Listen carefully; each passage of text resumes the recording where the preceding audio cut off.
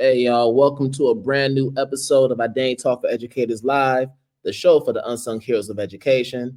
I'm your host, Kwame Sarfo-Mensah. And if this is your first time tuning into the podcast, I welcome you and I hope that today's episode is one that will have you coming back for more. And if you're a returning listener or viewer of the podcast, as always, I welcome you back. And I hope that today's episode is one that you will find informative, enlightening, and as always, insightful. So before we get into the main event, if you are on YouTube, do me a favor, hit that red subscribe button so you can get future notifications on future episodes.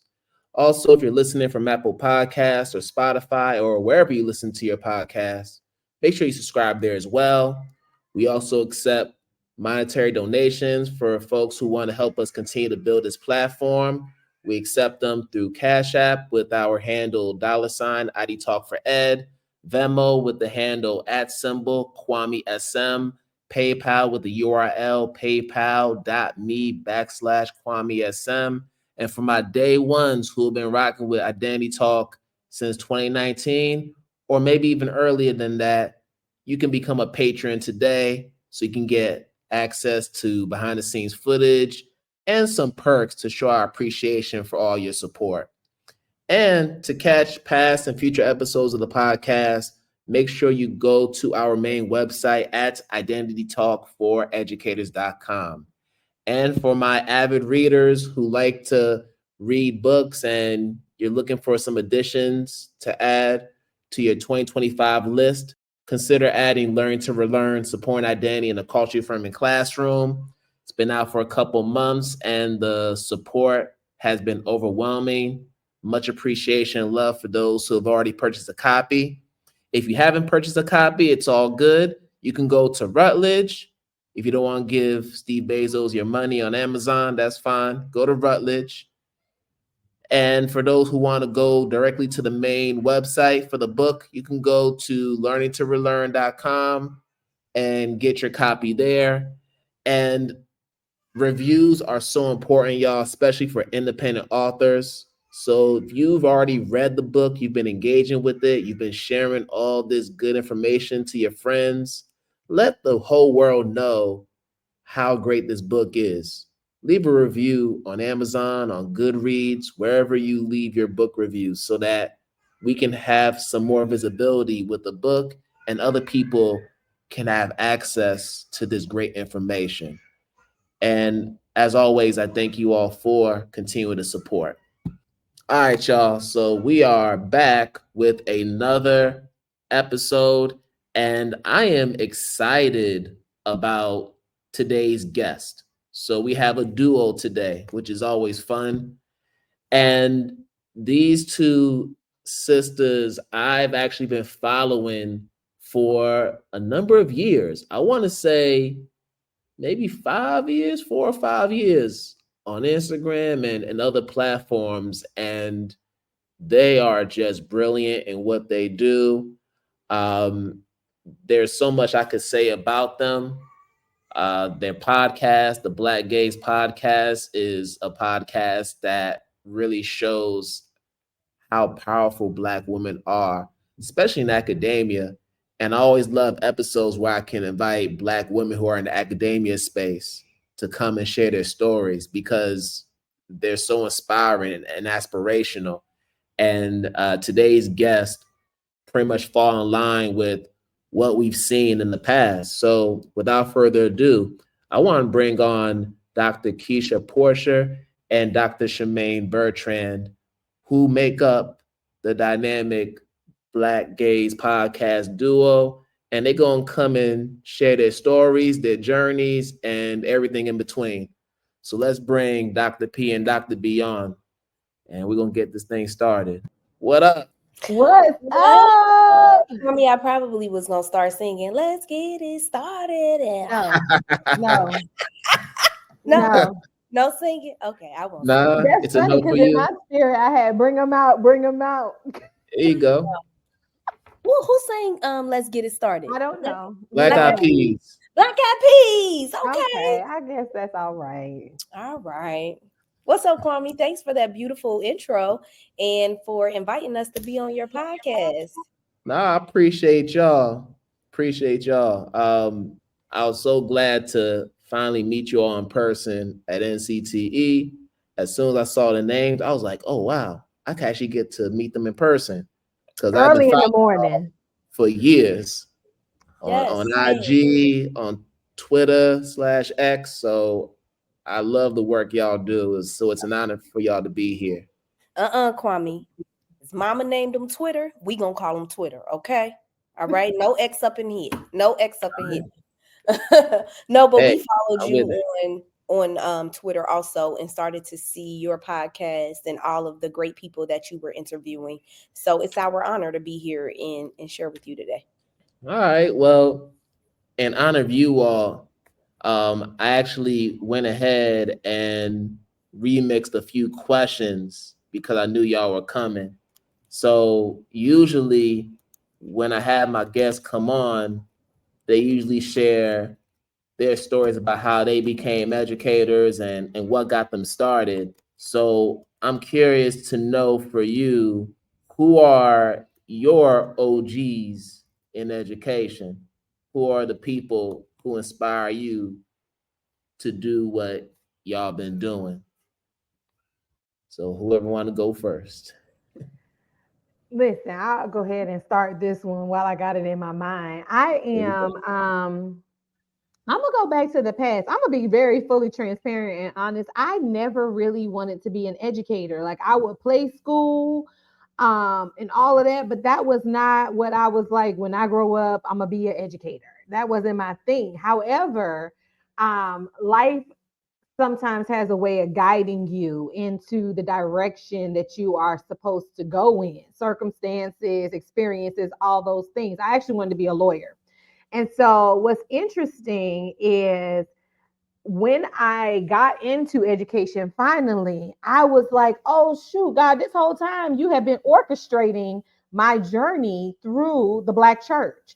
Most of the OGs that I have, shout out to Lumberton, North Carolina, and shout out to Sandy Grove Missionary Baptist Church, okay?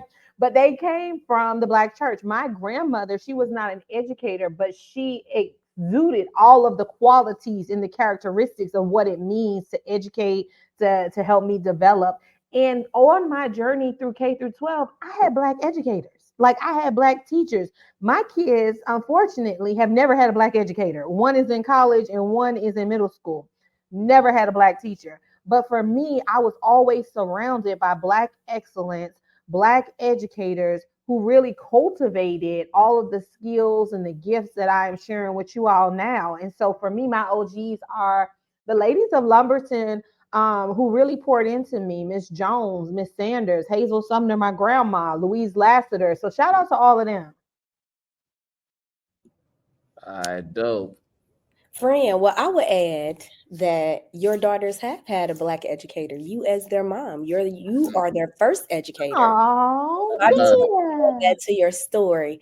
So anybody who listened to our podcast know I am from the nasty natty, Cincinnati, Ohio, Midwest stand up. But no, when I was thinking about this question, friend, we have opposite experiences. I've known I wanted to be a teacher my whole life. I come from a huge, huge family. Like when I say we are a squad, we are a squad.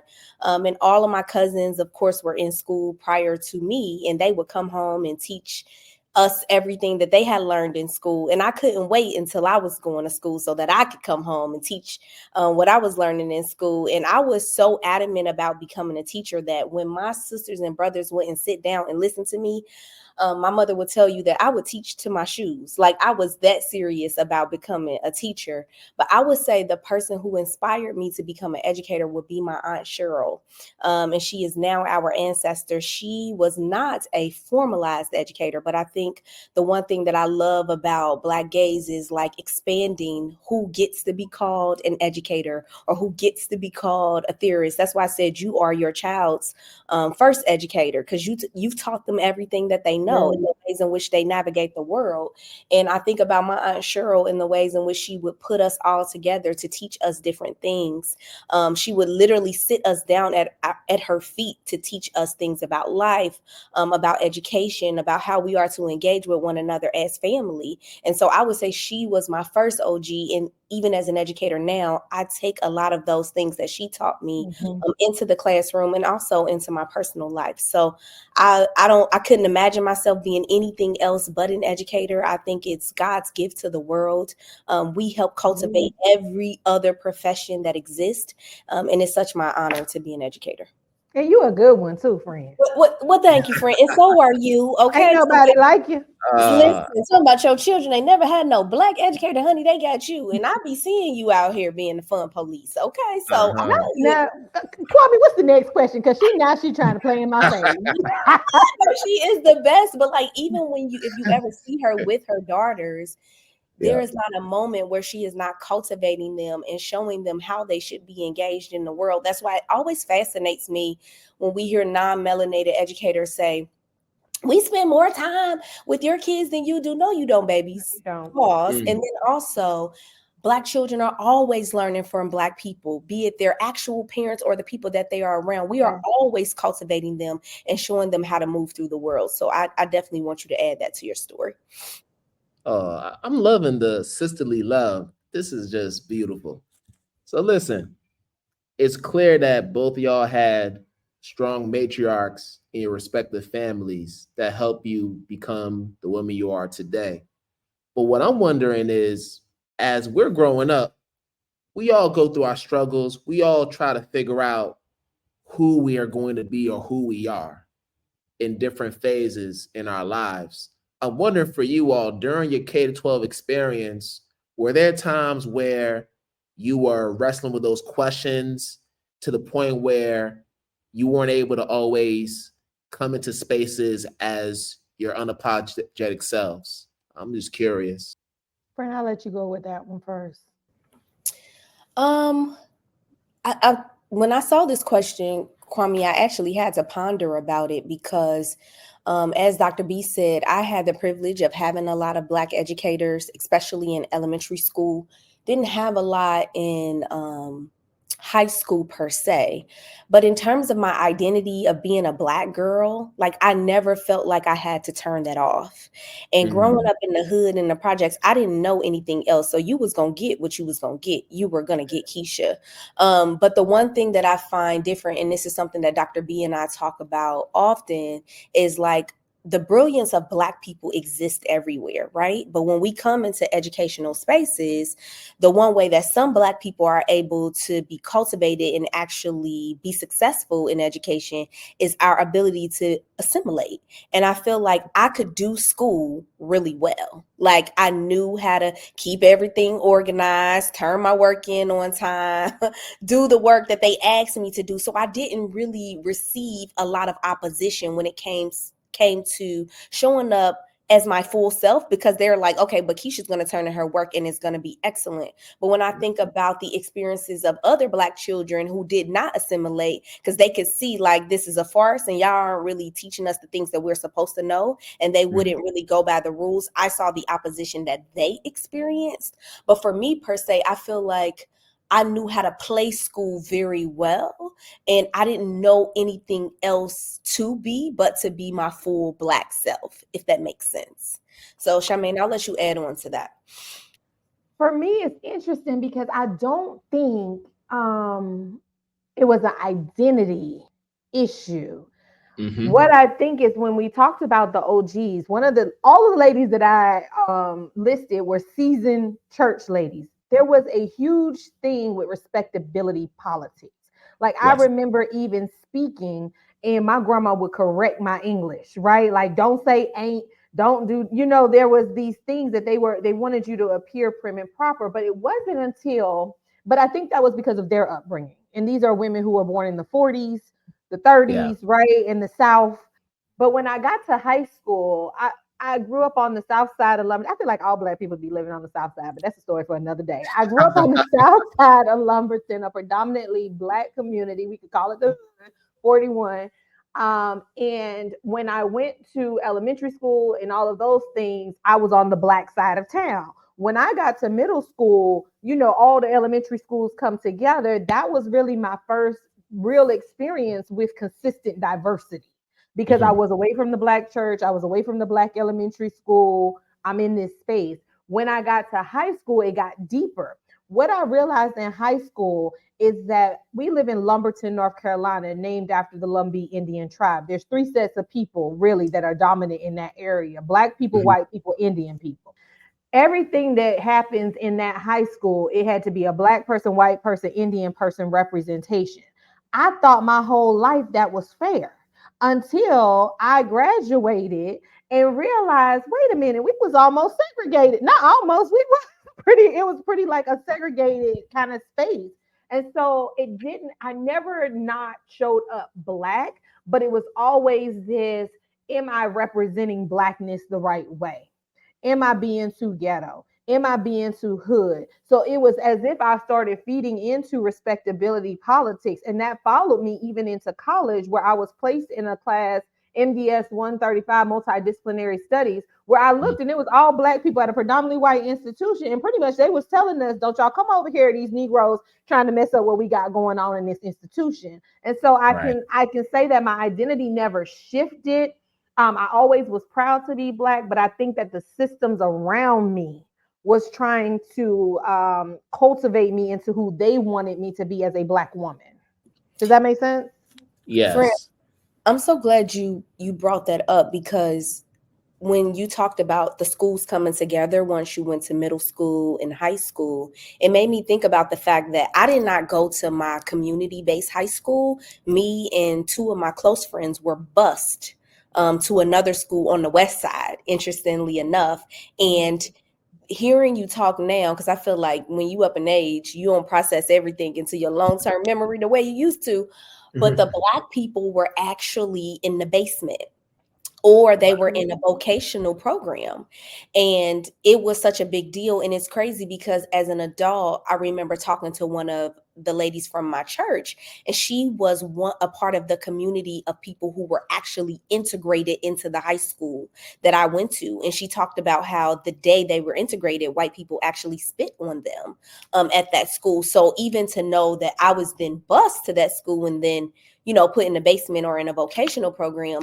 And my math teacher, God bless her, Miss Gold, she was like, I was in like I don't even know what type of class, I don't even know what the vocation was to this day.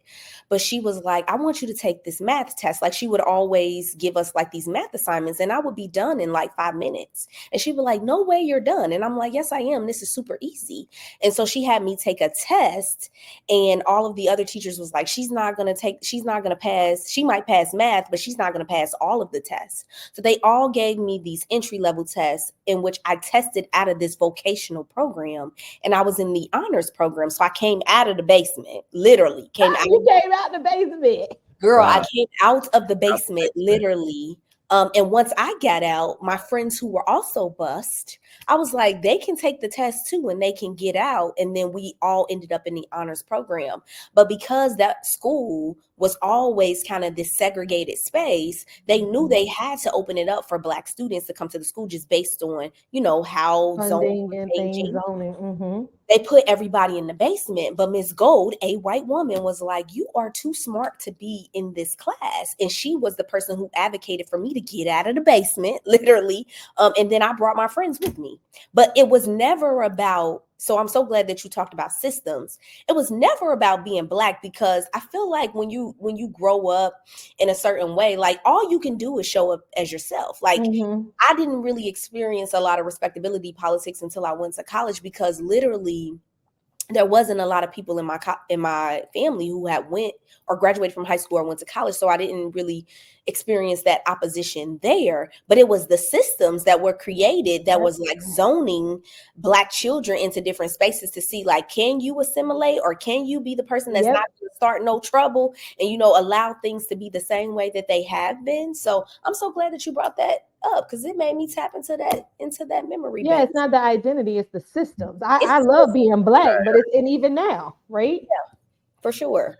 The Identity Talk for Educators Live podcast is just one piece of the work that we do under Identity Talk Consulting, which we've had since 2019. And since then, we've had the privilege of working with 40 different schools, districts and organizations across the globe. And we want to continue to add to that number in this new year. So if you are a school, if you're an educator or an organization that's looking to receive professional development and consulting services within any of our pillars, whether it's anti-bias, anti-racist practices, culturally responsive teaching, or identity affirming education, we are the firm for you, and we love to learn more about your needs. When you have a chance, make sure you go to our website at identitytalk4educators.com to learn more about our services and to schedule a discovery call today. We love to hear from you.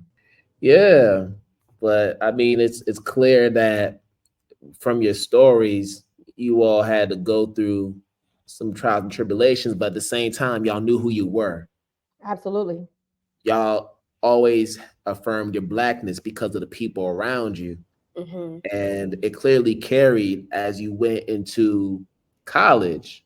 I mean, I know you, Dr. P, going to Spelman, Mm-hmm. and then you, Dr. B, going to North Carolina State, which, I mean, it's not HBCU, but still very Black. Mm-hmm.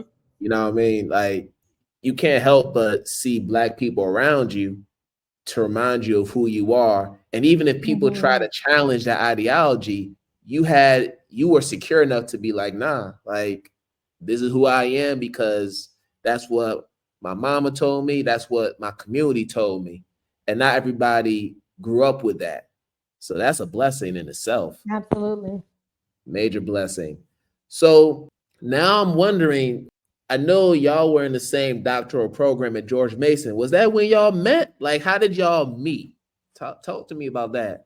We definitely met at George Mason and Shamaine, I don't know if you knew, I didn't really know about George Mason as a university at all until I moved to Maryland. I knew about Howard, of course. I knew about Bowie State. I knew a little bit about University of Maryland, but I was never really interested. But when I was looking for doctoral programs, a lot of the programs in my area on the Maryland side were very education leadership focused or curriculum focused. And I had already had a master's in curriculum and instruction. And I remember one of my professors from Spelman saying, like, when you get your PhD, try to get something that is a little bit more broad in education. So if you decide, hey, I want to go into administration or I want to go into higher education, it would give you more opportunity. So I knew I didn't want to like do the ed leadership role or the curriculum role. And I felt like George Mason, when I was doing my research, was one that had like a slew of options that I didn't find available everywhere else. Was that your experience? Interesting. I never heard of it either. Like, and I'm not trying to be funny. I would ride by it and didn't even know what the school was. However, they had an information session, and it was for the PhD program. And I started to look through what they were offering, and they had a multilingual, multicultural education program, which I felt like very great advice that you received is broad enough that I can work with. And that's how I stumbled on it. Mm-hmm. Yeah, we met at George Mason as both doc students. I was in teaching. You was in teaching and teacher education with a focus in education policy, and you were in multicultural, multilingual with a focus on ed policy. Listen, George Mason is not a diverse place. So when you walk up in there, you go know the few Black people who are there. That's for sure. Yes, and we had a lot of classes together, even though we weren't in the same program. So we connected there. And then afterwards, we kind of went our own way. And I actually followed Shamaine on Instagram. And I think this goes into your next question, Kwame, about how we navigated academia as Black women. I would always ask Shamaine, I'm sure she probably called me 21 questions. I would ask Shamaine endless questions because I knew she had announced that she was going into academia and she would be going to ISU. And I was like, hit her up like, this is super dope. And I did not have an academic position. I was doing education consulting and some other things. And every time I would ask her 21 questions, she would would always be like, girl, here go the information, things that you can look into. But once I entered academia as a professor of professional practice, which is more on the clinical side. And she was a tenure track professor. And she was always super encouraging. Like, it doesn't matter if you want to do a tenure track role or not. Like, for me, I can't speak for everybody else, but I think this is what we do as Black women. She just kind of took me under her wing, and any questions that I asked her as I figured out if I wanted to go into academia, stay into consulting or whatever, she always answered those questions. And then when I finally got a tenure track role, like you talking about, laid the red carpet for me in terms of like, these are the things you should be asking for, helping me prep for my interview. Like, I know for me, I wouldn't be where I am in academia or even knowing that I could go into a tenure track role without her. So I feel like our relationship has had different iterations and different levels, but in terms of academia and navigating it, I was able to do it because of Shamaine, for sure. Oh, That's beautiful. That's beautiful.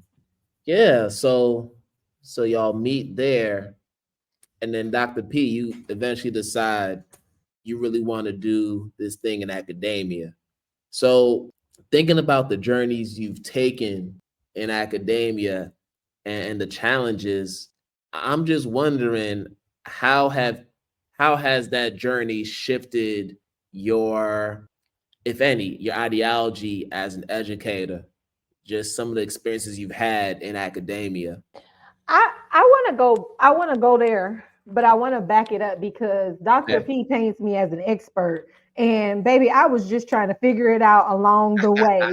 Like, it was not no expert. It was just like, girl, that's what I'm doing now. Like, if you Take want to them do this, flowers. Come on, Dr. B, take right? them Like, flowers. I am, but it's going to bring me to this space. And Okay. so really, when I started, my research was different. I was playing into what I thought a tenure track professor should be doing. And I Okay. also heard word on the street how Black women are represented in academia with attitudes, and we don't show up on time, and this, that, and the other, all these lies about Black women. So I would go in my first year smiling and hello and doing all these things, and it was exhausting. It was traumatic because I was you acting out of line, so I should be pissed off, but I'm like, no, I don't want to be the angry Black woman, so I'm not going to do this, that, and the other. Dr. P at that time was a professor of practice. Since I can say have known her, she has always been focused on her focus, uplifting Black folks, making sure that diversity, anti-racism, equity, all them buzzwords is activated, not just saying them, but being about that action. I would look at her. She was looking at me for how to work the system. I'm looking at her on how to be free in my body and in my mind. And so as I'm looking at her, I'm like, okay, so we just gonna study. Oh, you just gonna study Black people? You just gonna do stuff for Black people? Okay, I'm on what you on right now. I'm gonna do that too, because I was studying poverty. Poverty is important. Grew up poor, all those things. But you had so many other people that were studying that. I wanted to study Blackness. I wanted, and not the trauma of being Black, but what does it mean for me to go to help pre-service teachers go into a classroom and not only center Blackness, but build a space where Black children can thrive and be free. When I was able to grasp, like, this is what I want to do, and I was able to see Dr. Porcher show up and model just the freedom of, girl, forget about these people. Like, do you, boo? I took that on. And so when you talk about Black women navigating academia, academia is the belly of the beast. It's a lot of mess up in this place. And I know I'm tenured. I'm a woman of God, so I'm gonna speak truth because I don't care. Academia, these people raggedy. These people raggedy. These people are hurtful. These people are harmful. These people are trifling. And it's not everybody. I'm not making a generalized statement, but if I gave a percentage, it would be the majority. And so in this line of work, it's necessary that Black folks are in this field. It's necessary that we do the work. And I feel like Black people also show up in so many different ways. And I try not to judge or, get upset with the ways in which we have to show up, because many of us are trying to survive. But I will say that having a person that God has put on this journey so that I can be able to navigate it the way in which he wants me to fulfill this assignment has been a blessing. Like, even though we have never been at the same institution, it has been a benefit to have somebody that you could call and be like, girl, this is what's going on with this grant, or girl, I'm about to publish this. And so it got to the point where we started just publishing together and taking turns on who is going to be first, who's going to be second author, we're going to apply for this grant together. We're going to take turns on who's going to be the co-PI, who's going to be the PI. And so the beauty of this is, like I said, it's the belly of the beast. But if we act right and go with each other, leave that competition out. There's enough room at the table for everybody. You will be able to function within this space. And I think that that's where I'm taking my flowers. However, I also have to be honest and say that there was some development that had to happen for me to reach this place and be able to survive within this field. And now, not only I'm not surviving anymore, I'm thriving. Clearly. That's good. That was so good. And I think, if not for nothing, and I feel like we try to model for people what it's like to navigate this experience as Black women. When we say we love Black people, we mean that for real, not just the Black people who show up in a respectful way, but all Black people. We always say the Kishas and the Shamaines got to be able to go. But I'm so thankful for our friendship, and I'm also mindful of the many people who we are now modeling for. Like, you don't have to be that way. You don't have to center whiteness in order to navigate this space. You can be your full Black, beautiful, unapologetic self and have genuine positive relationships with other Black women and really want them to win. Because it's one thing for people to be befriending you and wanting to get access to you just so they can further their own agenda. But I feel, and I can pat ourselves on the back, that we have genuinely supported each other and really tried to demonstrate what a positive, healthy relationship looks like in academia with two Black women. And I think that part's important to talk about. So much that I want to tap into, but I do want to talk about the scholarship piece, right? Because I've had a lot of people from academia come on this show, mostly Black women, talk about these experiences. And I've been fortunate to have some dynamic Black women come on, from Dr. Yolanda Silly Ruiz, shout out to Yoli, to Dr. Goldie Muhammad, Dr. Angel Jones, just to name a few. And these are dynamic women who are reframing the way that scholarship is done in the academia space. And they're distancing themselves from the traditional ways in which we disseminate scholarship, whether it's the peer review articles or using social media. There's different modes now where people are sharing that knowledge to others who may not be in the space. So given the shift that you're seeing and some of the things that you all have been doing, whether it's through your podcast or through the publications you've written, I'm wondering if you've noticed that shift in general within the academia space in recent years, because there's this debate about public scholarship that I feel like is still ongoing. If that makes sense. I think so. What's interesting is Black Gaze was conceived in June 2019. It was not birthed until May 15, 2020. So when we started, there were podcasts that existed, right? Yours, I believe, was before ours, and there was Three Educated Brothers. Shout out to Dr. Edmund Ajapong. There was some other podcasts that we were definitely tapped into. When we launched the podcast, we were doing it out of, it's COVID-19 pandemic. It's a racial pandemic happening. We just gonna do something on this microphone, right? What we found out is people started eating that joint up. And so we started to think through it after a couple seasons, like, wait a minute, this is scholarship. It doesn't look like an article, but it's scholarship, right? And so we entered into this space and we both put it in our tenure and promotion packets that Black Gays is public scholarship. We put episode for episode on that thing and said, look at the conversations that we're having. We're meeting with, or we're hosting, co-hosting with some of the most prominent. You named Goldie, you named Yoli, Chris Emden. Like we had mad folks on there who are topping the field. So if you're talking about an article, baby, this is gonna be lasting forever. And so I think that there is this shift that has happened in academia. I think that there is this shift that now is accepting public scholarship, so podcasts, documentaries, whatever people are out here doing. And I think that is beautiful because one of the things that Kisha and I know she gonna come back and alley hoop, but like one of the things that we do is when we write for our grandma, our aunties, our siblings. We don't write. I was talking to my daughter the other day about an article that I was working on, and I was like, because she's a little Ivy League John. So she was like talking, and she was like, "Well, mommy, you know they got like these Harvards and da da da journals." I said, "I really don't. That's not my goal. That's not what I'm trying to put stuff in, and there's nothing wrong with that. Shout out to the people who publish in those spaces.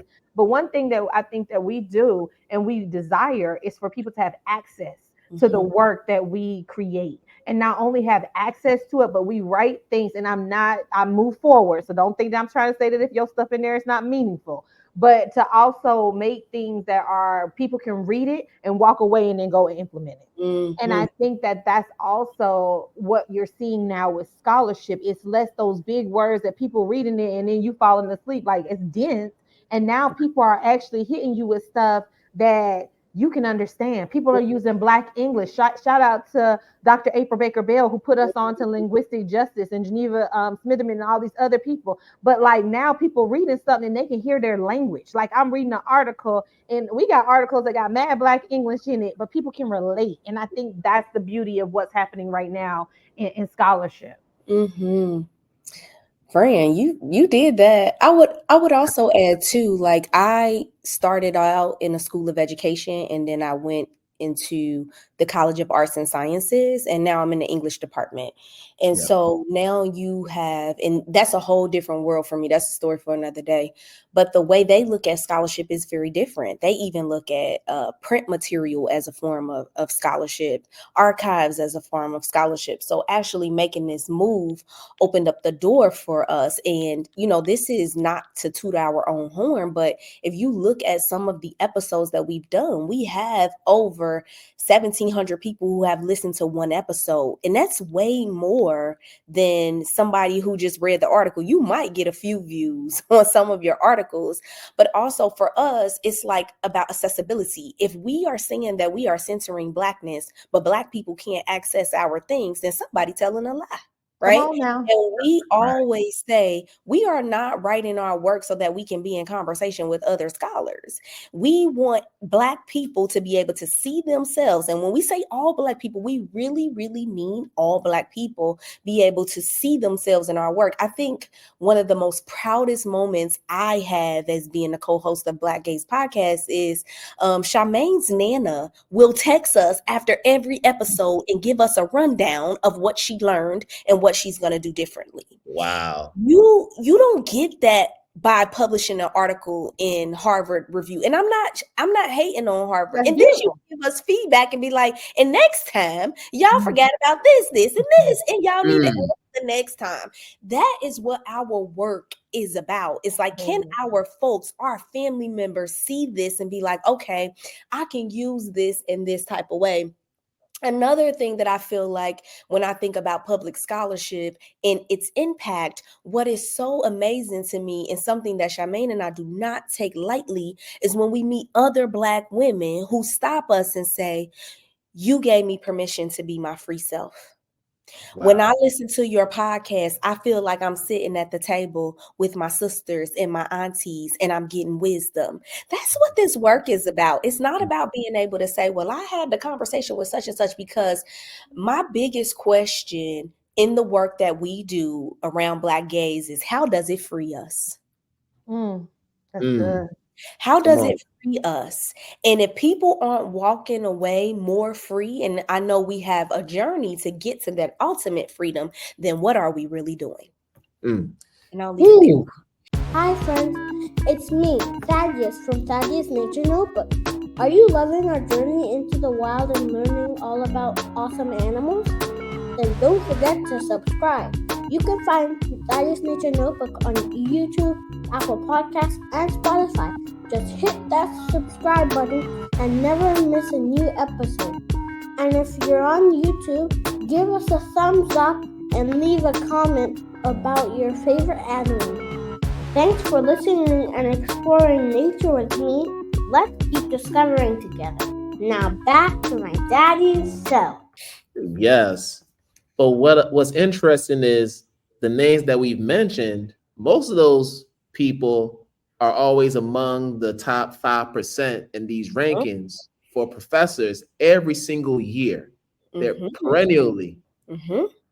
And yet, when they disseminate their scholarship the way they do, there's always some criticism from the old guard. The non-melanated people. The non-melanated people, right?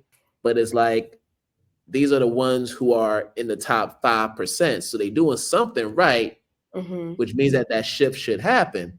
So as I'm thinking about that, I'm also thinking about the Black Gaze podcast that you all started. And for those who aren't familiar with the term Black Gaze, that stems from one of our great ancestors, Toni Morrison, one of the great writers of our time. She used Black Gaze as a way for us to reinforce the importance of centering the Black experience in literature, centering the Black perspective, because so many of our books center on whiteness and still do to this day. Yes, they do.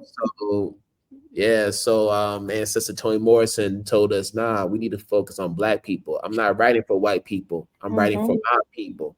And if y'all and I don't have to. That's right.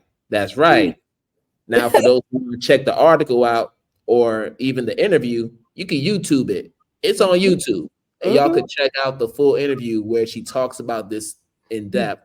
But to get to my question, the term Black Gaze, and you've already been talking about what it means to y'all, but how has that mindset informed the path that y'all have taken in your careers as educators?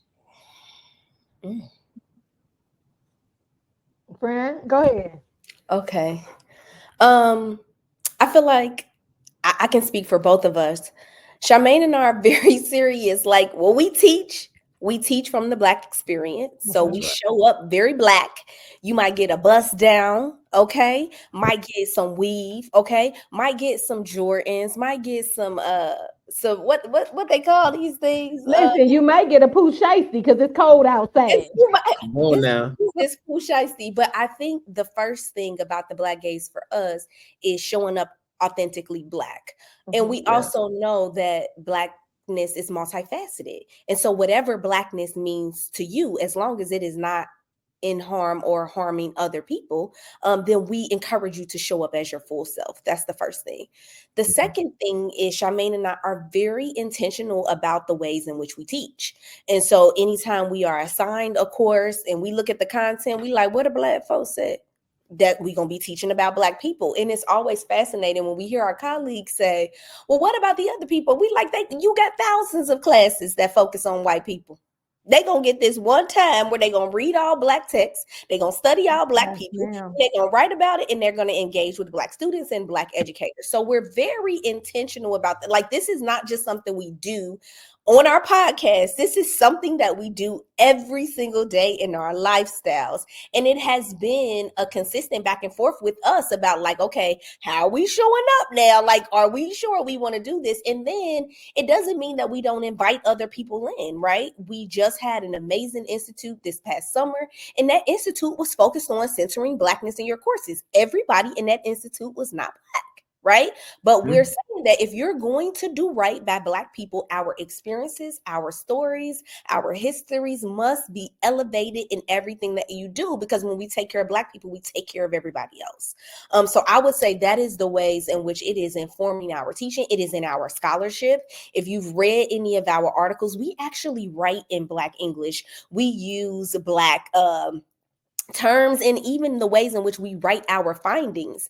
And we are very intentional that when we are writing to different journals, we're like, listen, when you get this manuscript, it's going to be written in Black English and you got to be able to roll with it. And that has also caused us to have some opposition and some people to be like, listen, we ain't really ready for this. And then we have some spaces that are like, this is dope. This is really changing the landscape and we want to do something about it. And does it like kind of put us on an island? But we recognize, we know we influence that. Somebody got to pave the way to say, like, when we say centering Blackness, we mean in everything, not just in this one space where we feel comfortable, but like even in the other spaces where it might make whiteness and other people uncomfortable, we're still going to do it. So I don't know what else you would want to add, friend. No, I think you done did that. All right. So thinking about Blackness, because Blackness is something that you can't quantify. And one thing that I've come to learn from my academia friends is that when you think about research, you have your qualitative research, you have your quantitative research. A lot of research is leaning towards the quantitative. People love numbers. People want to get the standard deviations and all that. But sometimes you just need the anecdotals. Sometimes you just need the stories. Sometimes you just need to get those in there and center those a little bit more. And I feel like, and you could correct me if I'm wrong, because y'all in this space, when people tend to lean more towards the qualitative, meaning the interviews, the stories from people that do qualify whatever the study or the research is about, right? There's some opposition, there's some resistance, there's criticism because you don't have the numbers in there or the data to prove whatever you're trying to prove in your thesis. And it's like you can't do that with Blackness. Like we need the stories. So I'm wondering if that gets in the way of certain professors or people who are on a tenure track from getting tenure or making progress towards that. So when we started the podcast, there's a lot of people who will be doing these podcasts, and we was listening to them, and we was like, we need a flow because we not really good with just getting on the microphone and talking to people because we like to go on tangents, and it's just gonna be a long-winded podcast. Sure. We started to do a segment by segment, like what do we want this thing to be? And so every podcast, if you hear it, it has a flow. And as we were podcasting, what we realized is, wait a minute, this flow is actually a framework that we can make applicable to centering Blackness in teacher education. And so what you're talking about is, you're right, men lie, women lie, numbers don't lie. We ain't about to sit here and have that conversation and argument. However, the story of Black people is so important, because if you talk to any Black person, or if you listen to music, the blues, rap, gospel, whatever it is, we tell stories that captivate. We tell stories that share our pain, that share our joy, right? And so what we decided to do is make this framework, and it starts off with honoring the OGs, the Black Gaze framework, where we highlight nothing is new under the sun. The Bible tells us that. But here's the thing about it that's so interesting. Nothing that we're seeing in education is anything that our ancestors have not already either cracked the G code for or who have worked through. And we honor the OGs. We look back on those who have paved the way and who have allowed us to be in this position that we're in. And then we do a testimony service. We did not really think that we was going to align this with the Black church, child. It just came out that way. But what we do is we share the stories of people. We share what they've been through, that knowledge that you might not get if you just on Wikipedia. So then we go with preaching points. What are those points that you can pull out from that person's journey? What is it that, like, now that I'm living in this day and time and I'm doing this education thing, what are those 1, 2, 3 points that hit on this thing. And then also what we got this part called what you doing with your life. What are you reading? How are you prepping your lessons? How are you applying now what the OG said, the OG's experience to what you got going on now? And then lastly, I see you. Who out here doing it? People, Issa Rae talks about, we always trying to be at the top with these people who have already done the thing, but there's people working right alongside us that we need to be connecting with, that we need to be working with. If we're going to push a blackness agenda or centering blackness agenda, Gloria, Lasting Billings, Yoli, them some OGs for real. They done did their business. They have paved the way. They still going, but we got to look at each other and say, okay, how are we going to take this baton and continue this work? And I think that's the part that some of us, we forget about. We trying to strive to be at the top, but baby, we all can get to the top, but we got to work on this level that we at right now. And I will also add to add to our framework and to understand the qualitative and the quantitative portion is that I tell my non-melanated students that by not sharing their stories and only focusing on the numbers, we rob them of their experience also. Yes. So it's so important for them to share the stories because whiteness is also lumped into this space, right? And if your experience is different, then why not share that experience? And we can run you the numbers when it comes to Black gays all the time. We can tell you how many listeners we have. We can tell you how many people engage with a specific episode. We can share with you how many people have actually written a review. If you want to go the quantitative side, which we did include in our tenure and promotion materials, but I want to say I learned this from Farima, Dr. Farima and Dr. Asia Reynolds, is that another way that you center Blackness is to actually push back on these structures that we feel like make up the tenure track role. And I remember them talking very specifically about how they formulated a letter that they would send in to say, like, we're always going to do collaborative writing because that is a part of Blackness and who we are, right? And so we don't always have to adhere to whatever this standard is. You can say, you brought me here to be a Black scholar. And one of the things that we do as Black people is we share stories. We want to be in community with people.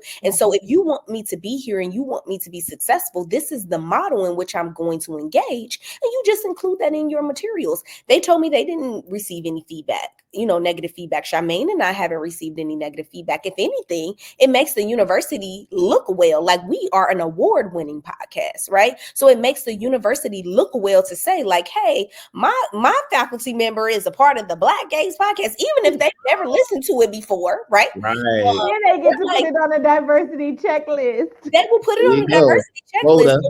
Yeah, so I think it's important, like, do your work, do the work that you were called. As Shamaine would say, run your route and do the thing that you're supposed to do, but do not let go of your Blackness and play in their systems, play in their face. They say they want it to be documented. Document the work that you're doing in whatever process that they want you to do, and then you move forward.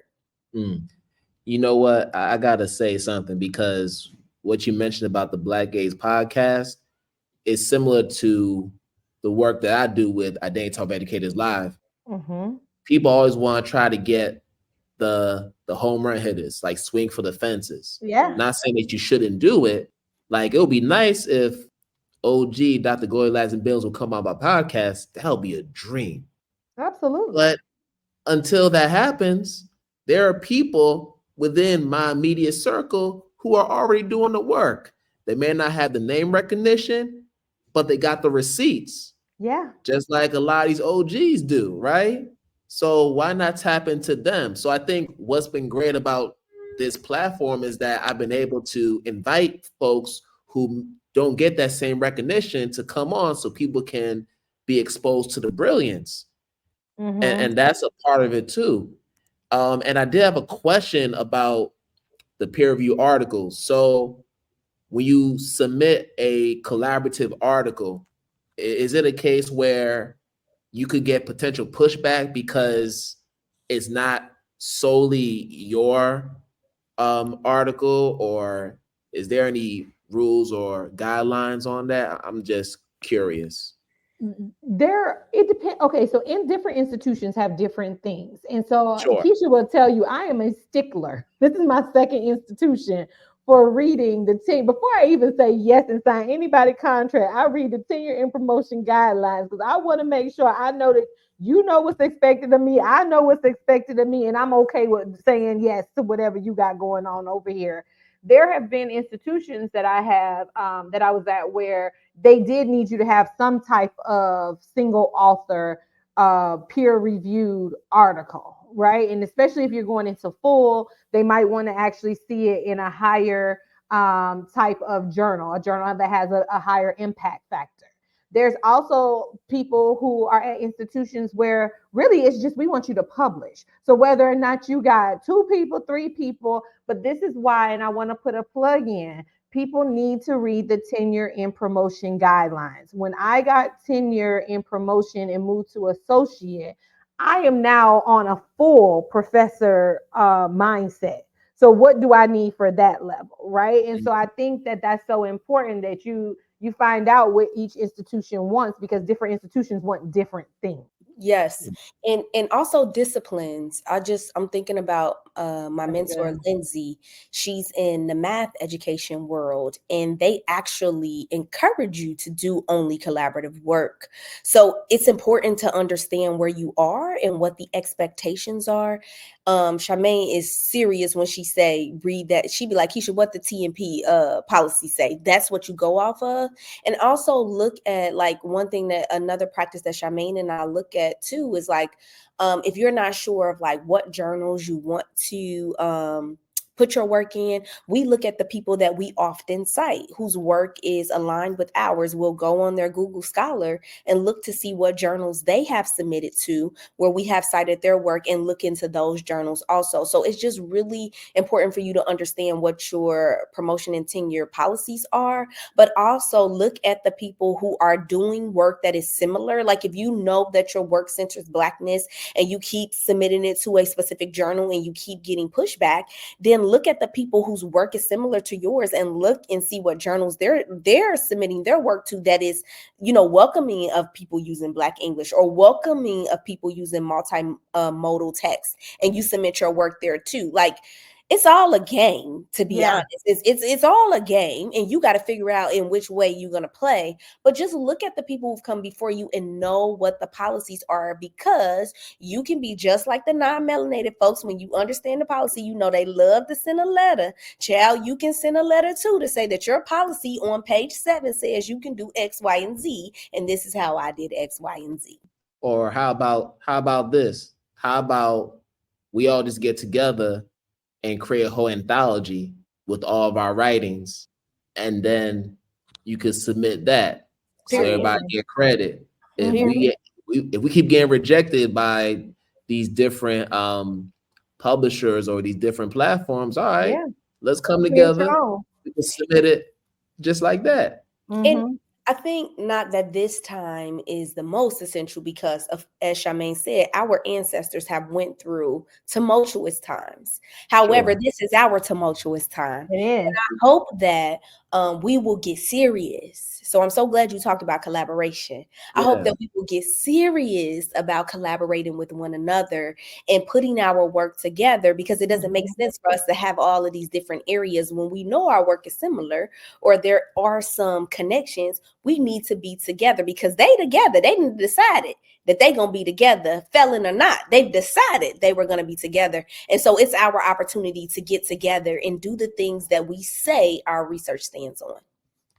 For real. I feel that. We're approaching the hour, and man, I could talk to y'all all day, honestly. We might even have to do a part 2. Oh, bring us out. There's still so much that we ain't covered, but we covered quite a bit. But I really appreciate y'all for coming and kicking it with me over this past hour. But I do want to ask this question that I ask everybody. It is the number one question on this podcast. How do y'all stay true to the teacher in you? And y'all pretty much answer the question throughout this whole hour, but you can give a short answer to kind of culminate everything.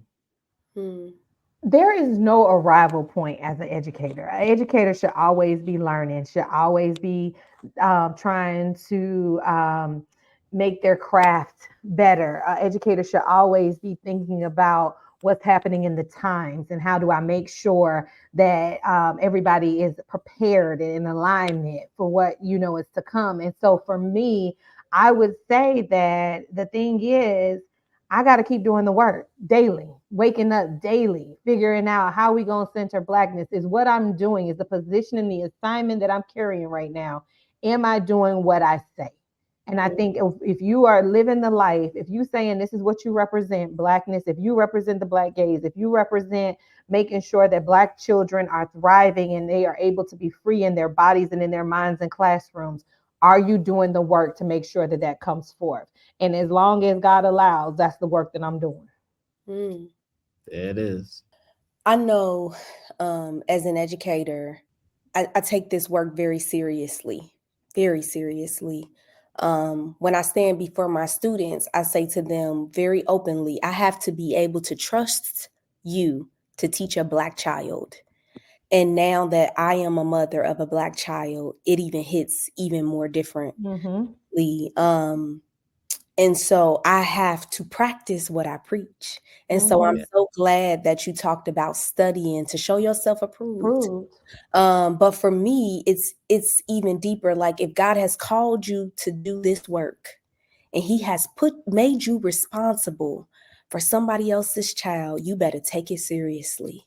Teaching is ministry. Yes, it is. Yes, it is. And not to say that there won't be moments of joy and there won't be moments of happiness. And, that moment where you see that light bulb go off.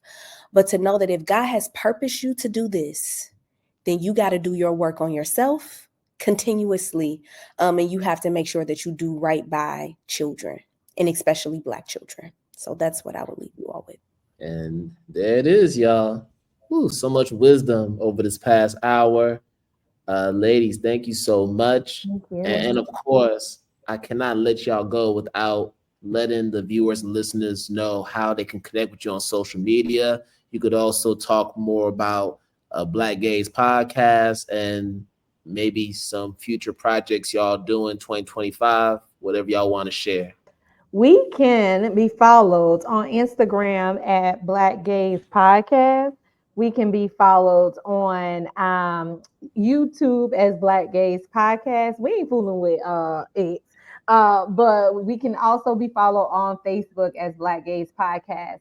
Once you follow us, you will see that we are about to drop a website real soon where you all can have access to us, to our materials, if y'all want us to pull up all those things. But most importantly, we have a Centering Blackness in Teacher Education Institute that we run during the summers. It is from summer to the end of the fall semester. And so please be on the lookout for that. We had, I think, 17 people, friend, that was part of the first cohort.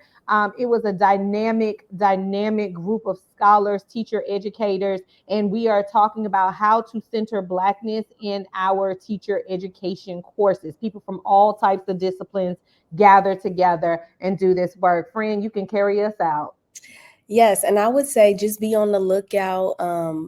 While we started as a podcast, we are incorporated in are expanding our brand. There are a lot of new things that are coming. So please follow our Instagram pages. We can't tell y'all everything, but just be ready. And we are praying and hoping that the work that we started off doing on the podcast is now coming to fruition of what the action looks like of centering Blackness. So not us just sitting around pontificating, but like really, really getting to work. So I'm really proud of the work that we're doing and what's coming up. So stay tuned. All right. And we're going to wrap it up here. Thank you, everybody, for coming on for another episode of Identity Talk for Educators Live. Thank you. On behalf of Dr. Kisha Porcher and Dr. Shamaine Bertrand, we wish you all good morning, good afternoon, good night, wherever you are in the world. And we're going to do this again another time. Peace out, everybody. Peace. Peace.